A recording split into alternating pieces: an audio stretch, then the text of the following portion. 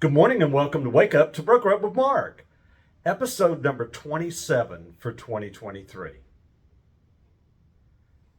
What do you do in a transaction when all else fails? What do you do? Well, first, you may want to call your broker. You know, we provide guidance and we don't pass judgment. But what do you do when you're in a transaction and everything fails? All else fails. You read the contract. You go back to what the parties agreed to and make sure that what your client is doing, the client that you represent, is according to what the contract says. It's critical that you go back to the contract. It's critical that you see what the parties agreed to.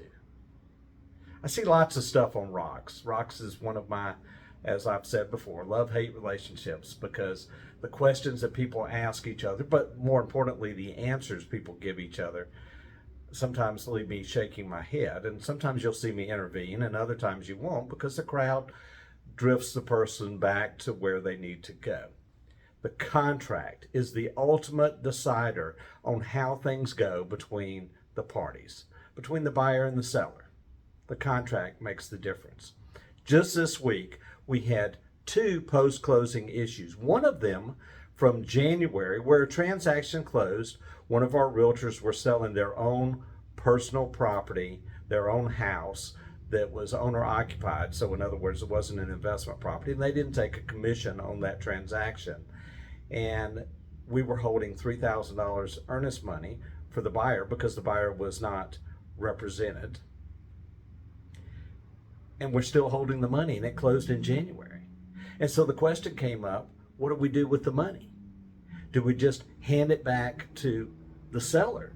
And ultimately, because of the contract, what we did is we're sending it back to the closing attorney, so the closing attorney can decide where it goes and who it goes to and what it is, because my best guess is that the closing attorney is going to be short $3,000.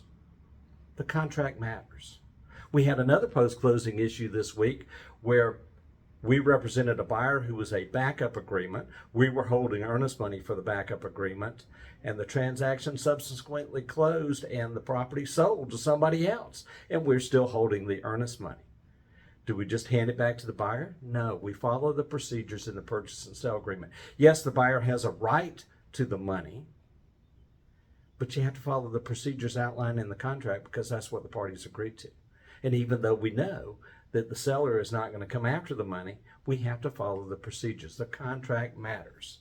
So when all else fails, read the contract. Enjoy your day. Enjoy your weekend. Thanks for watching. Talk to you soon. Bye-bye.